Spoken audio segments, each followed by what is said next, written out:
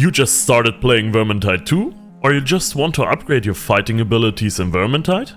In this video I will show you what I've learned in my more than 400 hours of playing Vermintide 2, but also how to fight as a team instead of each for themselves. Let's hop right into how to control hordes. So what is the best way to control a horde in Vermintide? On the difficulties Recruit and Veteran, you can hold a horde on your own. But as soon as you start playing on Champion, you should always hold a horde as a team. Your ability to control a horde is also dependent of the weapon you're using. If you use a weapon like Krubers Battle Hammer and only do heavy attacks, you might be able to hold any horde on your own. But if you use Krubers halberd, you might struggle to hold a horde even on Veteran difficulty. The rhythm of hitting, blocking and shoving the enemies also plays a massive factor in your ability to hold a horde. Every weapon has its own rhythm to hold a horde with, which you will figure out on your own just by trying around with the movesets of the many weapons Vermintide has to offer. But let me show you my perfect rhythm for the shield and spear that Kerillian uses. Since you have so much stamina with Kerillian's shield and spear, you can use shoves to control the horde. A spear is normally really bad for controlling a horde, but the heavy of the spear is a sideswipe.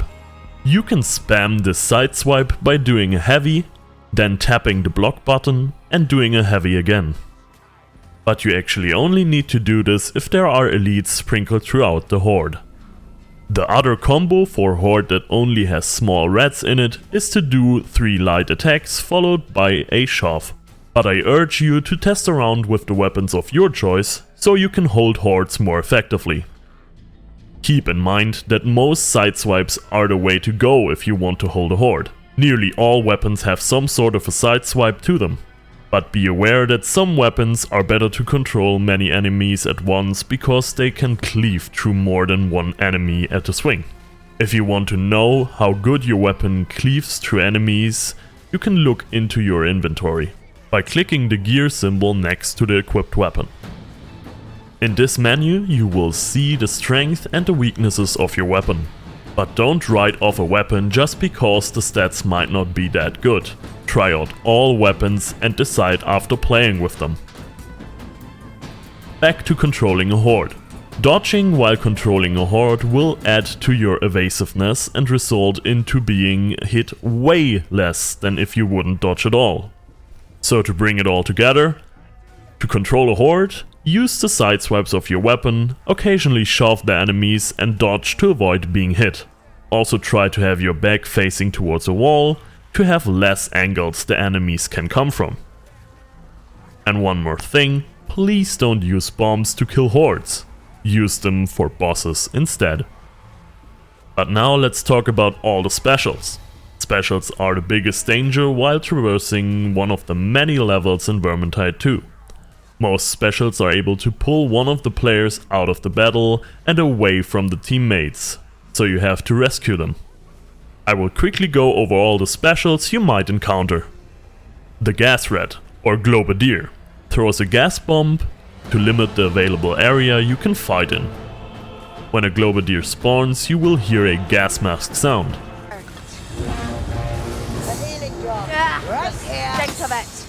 The Blightstormer will summon a mini tornado out of Nurgle gas.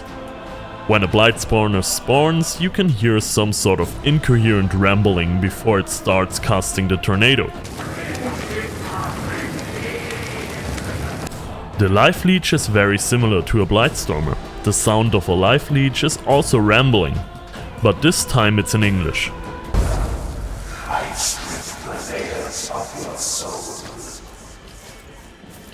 Every time the rambling stops, the Life Leech will teleport to you and try to grab you.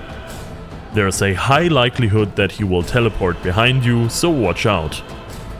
The Assassin or Gutter Runner will jump on you and stab you repeatedly until someone helps you. You can identify a Gutter Runner spawning by a whispering sound. In addition to that, the Gutter Runner makes a unique sound while moving. The Packmaster will try to grab you with its man catcher and drag you away from the group. You can hear it coming by the clashing of human skulls that it wears as trophies. Come, Scunner. My disdain alone will fell you. Strangler! The Rattling Gunner will use a minigun to shoot at you and your team. While a Rattling Gunner spawns, they sound like when you shake an ammunition belt. Something. Rattling fire and seek cover! The Warp Fire Thrower will damage you with its flamethrower, but in some situations he will obscure your vision, which is even worse. The Warp Fire Thrower also has a unique sound to it.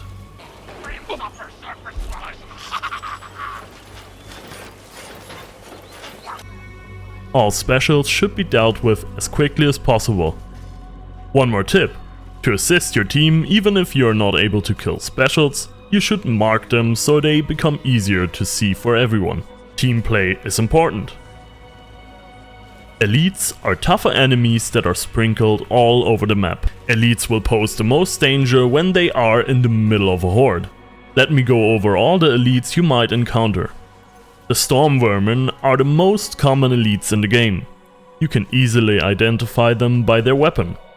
They use a halberd in most cases, but also use shield and sword. They are armored enemies and are easily killed by hitting their head.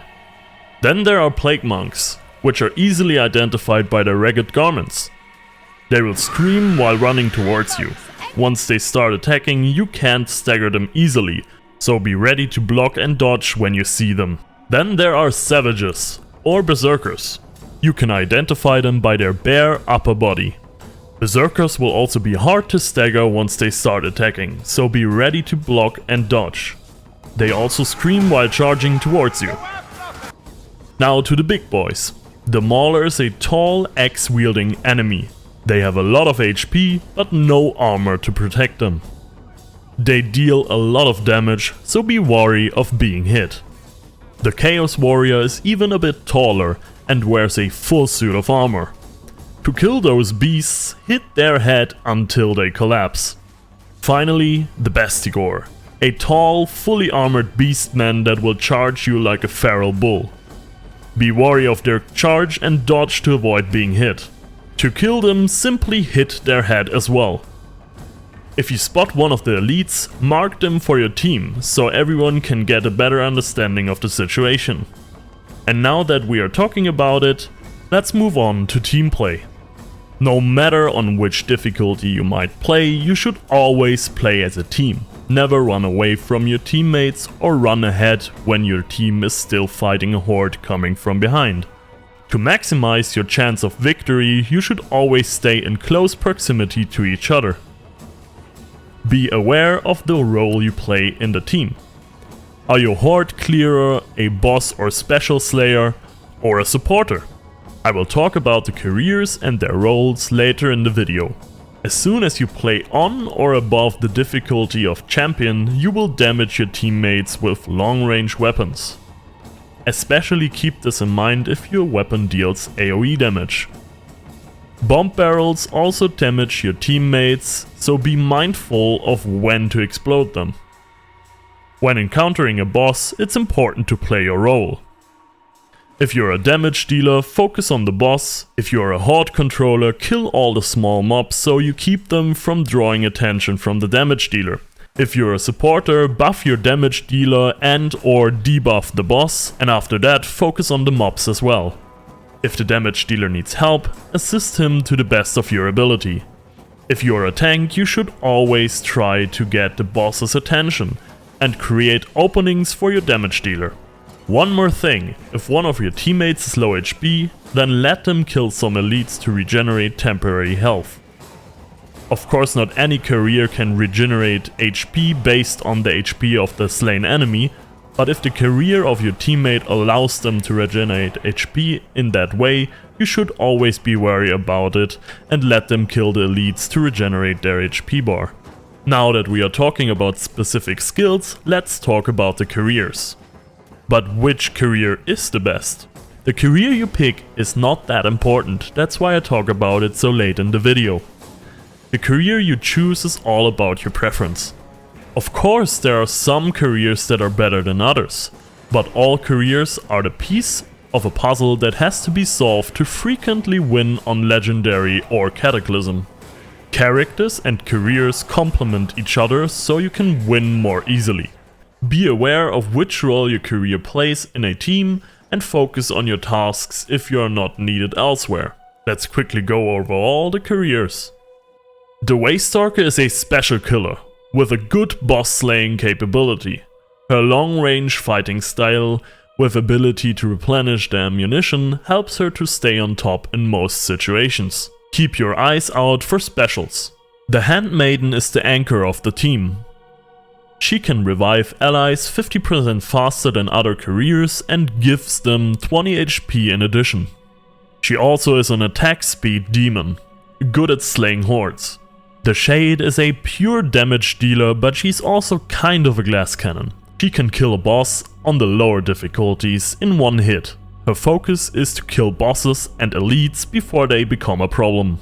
The Sister of the Thorn career is first and foremost a supporter class, but don't let this stop you from playing this career. She deals a lot of damage as well. Her focus is to debuff the enemy's defenses so the team can clear situations more easily. She is also the only character in the game that can use her staff to lift elites into the air, which renders them a non-problem in pretty much one hit. The Ranger Veteran is a true all-rounder. He can deal with nearly all situations. His ult allows him to deal more range damage while being invisible for the duration of the ult. He also supports the team by leaving behind ammunition packs for all the slain specials.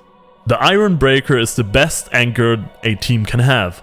Despite that some of the characters in the game tell him that he's not invincible, I would like to differ from that. He is the career with the highest survivability in the game. 3 hordes, with a boss and many elites? With the right equipment and skills, this won't be a problem for the Ironbreaker. His focus is to clear hordes and strengthen the entire team whenever a wall is needed.